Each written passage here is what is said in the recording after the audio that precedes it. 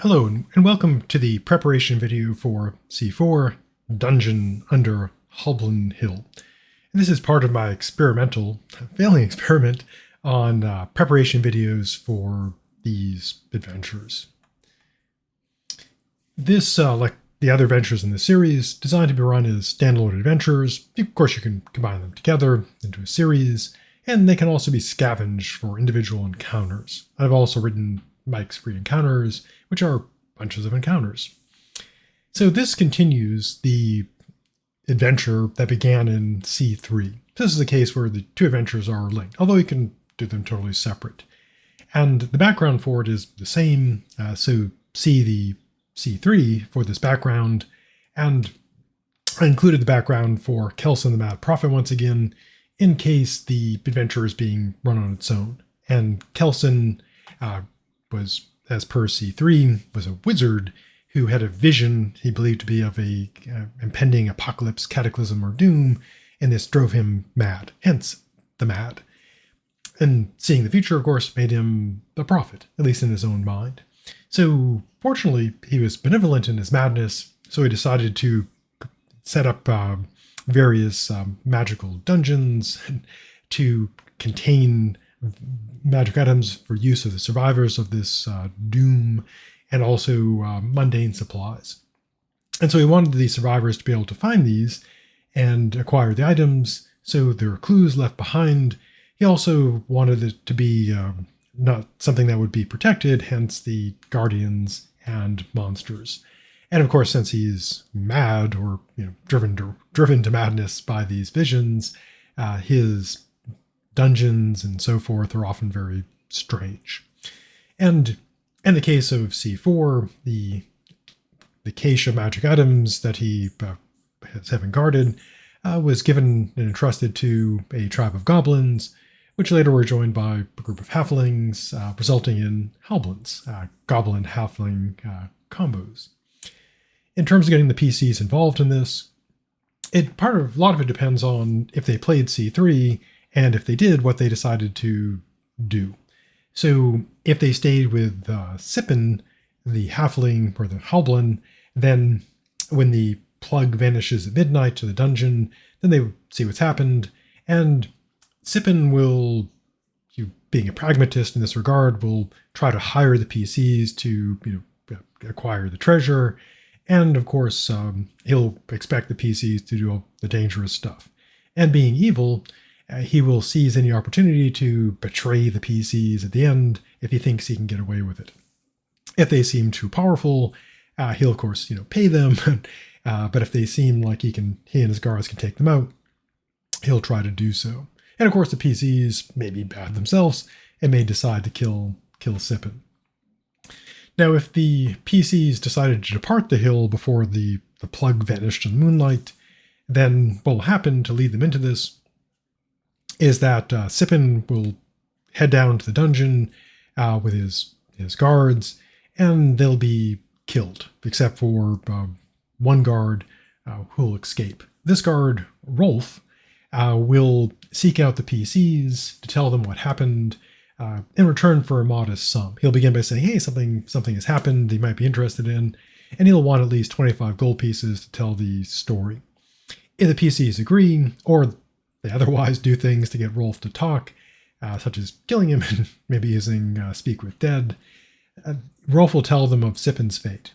He'll warn them that within the start of the dungeon, there are these stone ants, constructs that attacked, and initially they looked just like stone slabs, but then they became these crude ants. As you'll say, they look like big stone spiders, except they were ants. And these ran up the wall, grabbed people, dropped them down the shaft, and then ran down and bit them some more. And so that's a way that the PCs could be drawn back into it. Now, if the PCs spoke to the Halblin and it turned out, peaceful, they might be able to, have a follow-up here, and the way the PCs could be brought to the adventure could be something peaceful. That they might be able to talk to the Halblin and convince them that it's now time to open the dungeon. Now, another way for them to get in, of course, is that the Adventurers Guild might have done some investigation into the PCs, talked about it, and a checkup on the job they're hired to do, and they might figure out how to open up the plug and provide teach a spellcasting PC the ritual to do so. And so the likely order of events would be: first, the dungeon is opened, or is already opened, or will be opened. And again, this can be done in a variety of ways. PCs kill the Halblins. Sippin hires them to go into it. They go through the dungeon crawl. Sippin, they leave. Sippin gets killed. They get brought back into it. They kill the Halblins themselves. They kill Sippin. They go in, etc. However they get in there, they'll get into the dungeon. There's the initial hilltop map. Should be no combat at this point, unless the PCs are fighting Sippin. And the first trap into the dungeon is a shaft trap, which works essentially like Venetian steps. So it looks like there's ladders, the steps going down like the rungs of a ladder, and they're designed so that they flip. So at a certain point, after the first 10 feet, the Venetian steps trap will be triggered, and they'll, instead of being, so they can walk on them, they'll flip, and they'll probably slide down, falling. They'll have a chance, of course, they'll have a chance to make a saving throw, DC 15 dexterity saving throw. If they fail, they'll plummet to the bottom of the shaft, taking damage. In this case, 2d6 bludgeoning damage. They also have a chance to, do other things as well, feather fall, etc. And of course, if they fall and land prone, take damage, they would be at a disadvantage, in rough shape, fighting the ants. So the dungeon itself, the layout is this: relatively small dungeon. I've included here a trap map, which shows all the traps. There's also a map that you can use with your VTT to put up there that doesn't have the traps on it, so you can put up for the players to look at. But this is the trap map. The interior is, unless otherwise noted, is not illuminated, although the room that's on fire, illuminated. And the corridors have vaulted ceilings, about 15 feet high. The interior doors are wood, reinforced with iron, so armor class 16, hit points 18. And the doors have locks that can be either busted or picked with a DC of 15. So the entrance chamber is here, and it's 10 feet high. If Sippin came here on his own and was killed, he'll be dead here, along with some of the guards. He'll have his pipe of puffin and his treasure. The default is for there to be 2 stone slab and constructs in here. You can increase them if the PCs are more number or tough, or reduce them down to 1 if the PCs are relatively weak. The next bad place is the corridor of the Claw. There are 3 spiked pit traps here, concealed in the floor, and also 3 grabbing claws that are monsters, the constructs. And so their kind of deal is they'll attempt to grab the PCs and drag them forward into the pits. And of course, the PCs can run to the pits on their own. Room 3 is the teleportation chamber. This requires getting objects from each of the 4 rooms to activate it, which will take those who activate it down to the 2nd level. The corridor here, and this one is got some grooves cut into the floor that suggest the existence of pits, but no pits. Mostly just probably a joke by Kelson. The room 6 is a pit room, and this contains a false door with pit traps. Kelson have been an adventurer, understands how adventurers think, and they like to check out for secret doors. So they open the door, they go in, check for secret doors, and boom, they fall into the pit, unless they make their save. There's also the kind of the main encounters for this level, a chamber of fire, and the floor is fire, and this will do modest amount of damage, D4, when the creature enters the room or ends its turn in contact with the floor. There's a summoning circle in the room that gets activated to bring in a fire newt, a custom monster, basically a small fire elemental that will attack. And when it uh, dies, you'll return back to the elemental plane of fire, leaving behind a small orb of elemental fire, which is, of course, shockingly enough, the key to the teleportation ring. If you want to be kind of cruel to the players, you can have the traps present, or you can always remove traps if things are going badly. And the traps consist of a pit with fire in it that they can fall into and get take falling damage and get burned up a bit. There's also a fire jet with a door concealing a secret compartment holding a pair of magical burning gloves, which are they're good items, not bad. The other chamber, of course, elemental theme, obvious, chamber of water. This room has water up to a depth of 5 feet. There is some membrane-covered pits. Yeah, that sounds terrible. That the PCs can fall through, take some damage, and be underwater. And there'll be another summoning system, which will summon a water odd. Basically, discount, kind of like a Temu or Wish version of a water weird, but it's only a water odd. And it will, appear, attack them, get killed, leaving behind a orb of water. Part of the key to open the teleportation circle. There's also potentially another trap, a water blast. If they can knock him back into the pit. Again, any of the traps could be left out, or if you're extra cruel, you could throw in some more. Third is a chamber of earth. Shockingly enough, continuing our elemental theme, the floor of the room is stone buried under dirt, and the ceiling is 15 feet above the floor, so 10 feet above the dirt. In the critter, I'm sorry, getting out of control. The critter in this room is a rock spitter, which is a serpent-like creature, elemental, that, amazingly enough, spits rocks. That's its range attack. There's also, other traps potentially in the room, 2 earth pits they can fall into, and an earth blast, of course, that can blast them. And there's a treasure. In the case of the water room, the treasure there was a water marble, which is a decent item. And this one is a ricochet rock, which are described in the magic item section. And of course, lastly is a chamber of air, which is 15 feet tall. And there's a cable trap in the room. And the room is full of these magical clouds, making the whole room heavily obscured. And the cable trap moves back and forth along the floor, stretched across the length of the room, and it's designed to knock down creatures that are walking. And so, not surprising, the enemy the PCs will face in this room is a air elemental creature called a thunder kestrel, kind of a discount version of the thunder, much discount version of the thunder hawk, and it will fly around the room, attacking them. When they get knocked down, going down, trying to grab them, bite them, etc. And eventually, after they kill it, of course, you'll create a orb of air, part of the key to the teleportation ring. There's also the cable trap, that's trying to knock them down. There's some air pits they can fall into, and an air blast. And the treasure in this case is a flask of wind, which is kind of like the flask of endless water, except it blasts out wind, basically a gust of wind.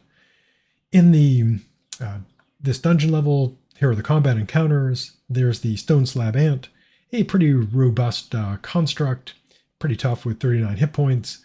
Good armor class is made of stone, immune to poison, charmed, exhaustion, etc. Got some blind sight going, can climb.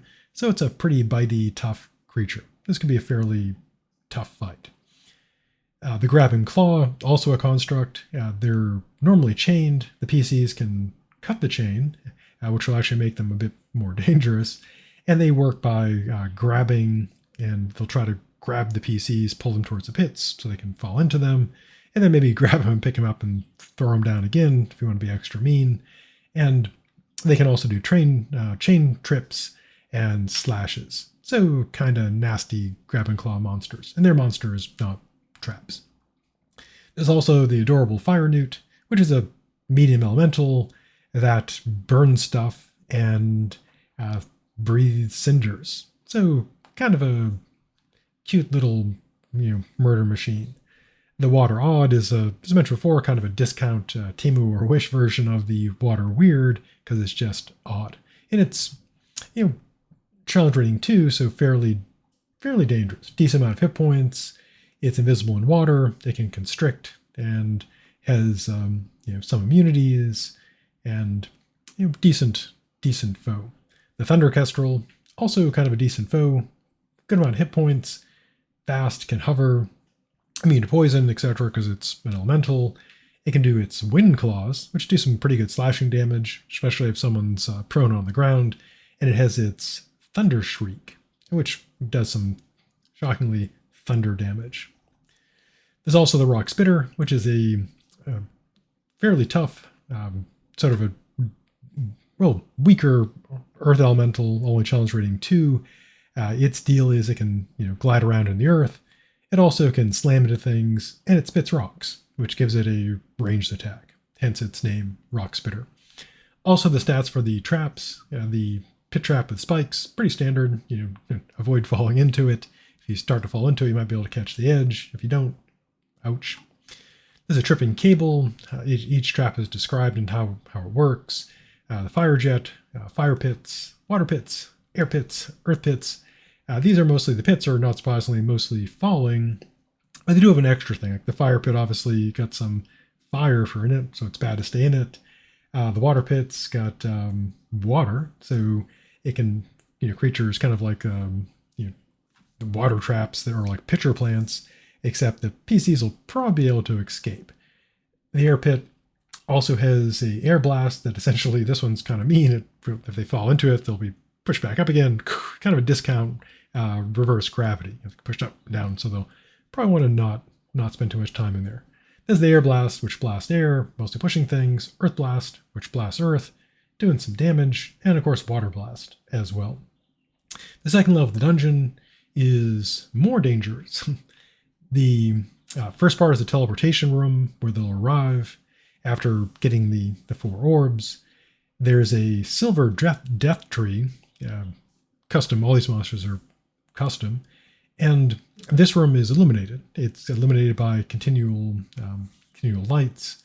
And in the center of the room is what looks like a silver tree. And it's a nasty thing from the Ashen Fae, which is like the bad Fae in my campaign world. There's a potion case and potions of healing located in the base where the tree is, and the tree is pretty nasty. There's also the ice room, which is got an ice wolf sculpted out of ice. That's basically works like a ice wolf. And there's also, for treasure, a glass wolf figurine. And there's a summoning, because Kelson likes summoning. They'll summon 2 normal wolf-like creatures that will attack the PCs. And if the PCs are not doing terribly well, you could leave those wolves out. And the treasure is a glass wolf figurine that will allow them to summon their own wolf.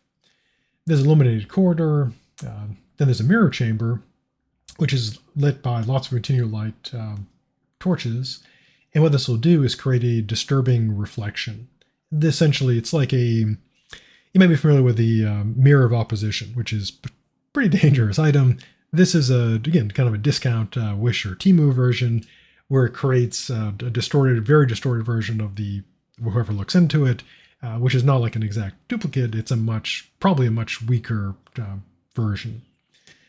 Then there's also the Crab and Talon corridor. This has talon traps, which swing and try to impale those that entering it on talons. And there's also another construct, a stone construct, the stone slab crab, which is similar to the ants in that it's a stone construct. Finally, there's the teleportation ring chamber. This is where, actually it's kind of the first, this is the teleportation ring is on the floor, and this is the way out of the dungeon. Unless this is how they get out. And this one has got a socket for getting a similar thing. Get to find the parts. And the other rooms, get out of the dungeon.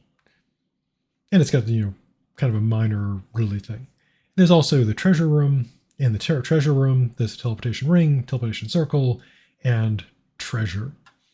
The way out is using this teleportation, and there's some magic items, and 2,000 gold pieces and crafting materials in the room, in various volumes on how to make mundane items, weapons, tools, etc.